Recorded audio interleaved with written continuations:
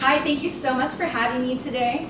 I'm really excited that you're considering changing up your marketing strategies. So as you can tell, I passed out a flyer earlier, and I'm going to go over that with you in just a second. But before I get started, can I see a show of hands? How many of you have questioned whether or not your company needs a social media marketing strategy? Okay, and that's a majority of you. How many of you have questioned whether your company needs a marketing strategy at all? Okay, very few. Well, I'm here today to tell you that it shouldn't be a question whether or not you have a social media marketing strategy. It should be already on top of your marketing strategy today, and if it hasn't, you're getting behind, and your company doesn't have a persona that it needs online. And to get that persona, I'm going to tell you about the social media trinity. And I learned this when I was at St. Edward studying digital media management, and I read this book called The Social Media Bible, where Lon Safko actually put this out in 3 steps: a blog, a Twitter, and then a social media network, and in that order too. So with that, I'll go to what a blog is, because most of you probably don't know what that is, but it's a website. It's a website where an individual posts regularly. They have their commentary, their ideas, their thoughts, and they post with rich media such as audio, graphics, video, you name it. And it's different from your website because it is regular posts. Maybe your website gets updated maybe once a year, maybe on a quarterly basis. Well, this blog gets updated many times a week. And this has an advantage because it allows you to engage with your clients, with your customers. It's a conversation. They can comment back on what you have just said, and you can comment right back to them. People love getting their voices heard. They love talking to the boss. So you're just filling that need. Also, search engines love blogs. Because they're updated so frequently, they index them more, they're higher on the search results, and people are going to, when they search, say, Gallagher, the blog's going to come up before anything else, before the website even. You're also giving the option to make an email list. So people can opt in or opt out. They can get a weekly newsletter, they can get a monthly newsletter. That kind of shows them, hey, this is what we've been talking about. You can click here, get taken to our blog. So you're going to be on their mind more. There's 3 tools that I found online. They're all free. I recommend WordPress, but you can also use Tumblr or Blogger. You can incorporate these in your existing websites too. The second step is microblogging. This is like blogging where it's like a constant thing that you do every week, but you can do it many times a day. So there's 10,000 tweets per second. And this is 140 characters, so it's really easy to digest. People's news feed are full of these little tweets. So you say something like, I had this for lunch. And if they want to look at the picture, if they don't, they can go on to the next one. They read it, they move on. They read it, they move on. The good thing about this is that your tweets can have a link. Sorry, it's hard to see. They can have a link that directs them to your blog.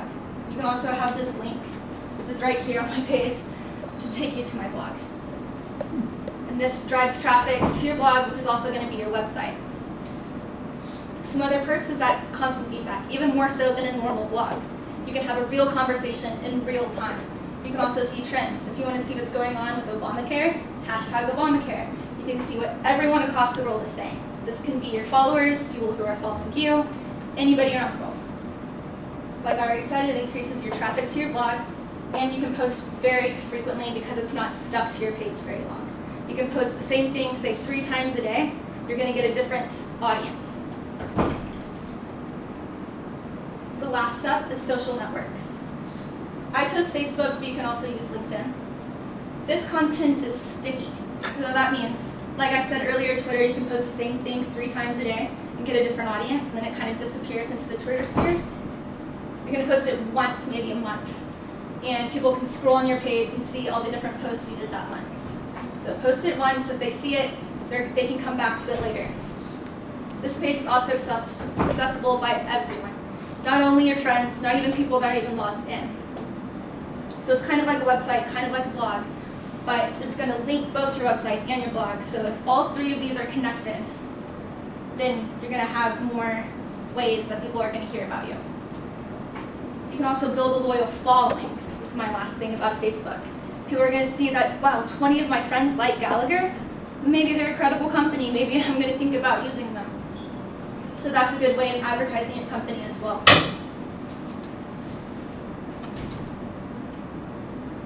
So that all said, if you use these 3 steps to build your social media presence, you're going to get a following, you're going to build credibility, and you're going to get your name out there. Are there any questions? What are questions? What questions do you have? There you go. There you, see how hard that is to do? It's very hard. What questions do you have? My hand up. Yes, Justin? What kind of control do you have as the employer or the company advertising? What kind of control do you have over negative Feedback? negative comments, negative anything from the outside world? Not stuff you post because you're not going to do that. Right, so Justin's asking, what can you do about this negative feedback? Because there's both good and bad. And I bet you've heard that bad publicity is good publicity. Maybe you have, maybe you haven't. Sure. It just depends on how you react. If you put it away to the side, then that's going to look really bad. You need to respond to that. You can either say, we are so sorry, we'll take care of it, and make it really personal. All your responses should be personal because you're not a robot. You're going to have someone, an individual, preferably, that runs all 3 of these networks. So, yes? What's a tweet? What is a tweet? Okay, a tweet, like I said, is 140 characters. It's a little blurb that you have to put out. Like I said, it's connected to your blog. Not all of them have to be linked, but some of them are.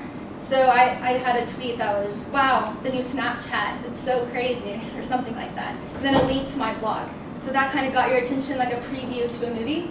And then you click the link to my blog and you read the entire thing. You watch the entire movie.